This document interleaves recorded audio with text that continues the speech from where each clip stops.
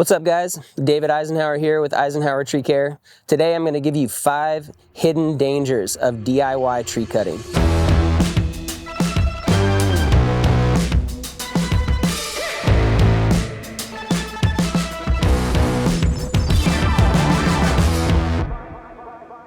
Number 1, we got falling branches. This would both include anything that could fall that you didn't see that when you were just under the tree, or a lot of the times you try to cut a limb, it falls the wrong way. That can come and hit you.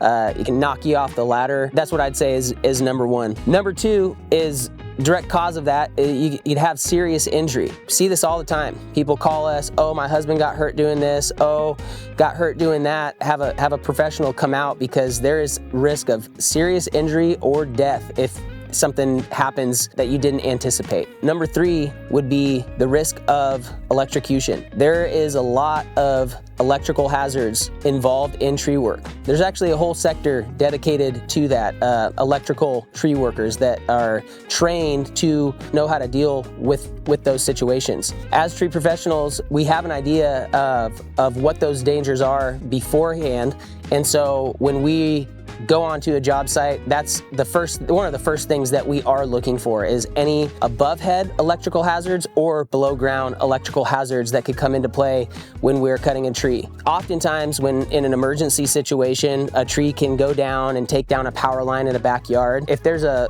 chain link fence running along the backyard, that whole thing can be charged. You see it all the time that a civilian would be killed or seriously injured just from trying to open a gate after a severe storm situation. So definitely want to watch out for electrical hazards, especially after a storm. If there's stuff down in your backyard, it's just better to wait a day, 2, 3 before you start going out, because typically the electric company will have the professionals out and they'll be able to fix that before you might get hurt.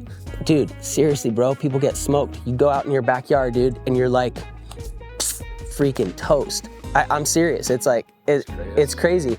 I learned that out here when I was at one of the companies. Like, the guy was just like, you can't just walk into the backyard if something's down and there's just like a gnarly, and even as a salesman, like going out on storm calls, you have to you gotta just be really chill and not just be so quick to jump in there, because you'll just go to the fence and it could be charged. Number 4 would be trees falling in the wrong direction. This happens a lot, whether it's just a poor notch or a poor cut, or you're not accounting for weight or wind, or you could cut into the tree and there could be decay that you didn't know about.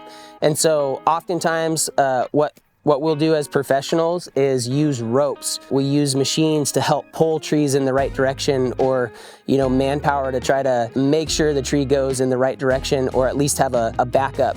A lot of the times you see those tree fails of guys not having machines capable of pulling it, or they just don't have a rope in it, and oftentimes that can just lead to disaster, lead to a tree falling on your house. Number 5, the last one that I'll point out, is the risk of transferring disease to your tree. You should always disinfect your pruning equipment before you get started. People cutting with old rusty hand saws, you're not treating your trees well if you're doing that. Definitely want to disinfect. Even poorly cutting the tree, if you're cutting too close to the trunk and you're not leaving enough of that branch bark ridge to heal that wound that you're making, then a lot of the times you're causing more damage to the tree by making an improper cut, or leaving a cut that could ultimately just affect the tree in a negative light. That is my opinion of 5 hidden dangers involved in DIY tree cutting.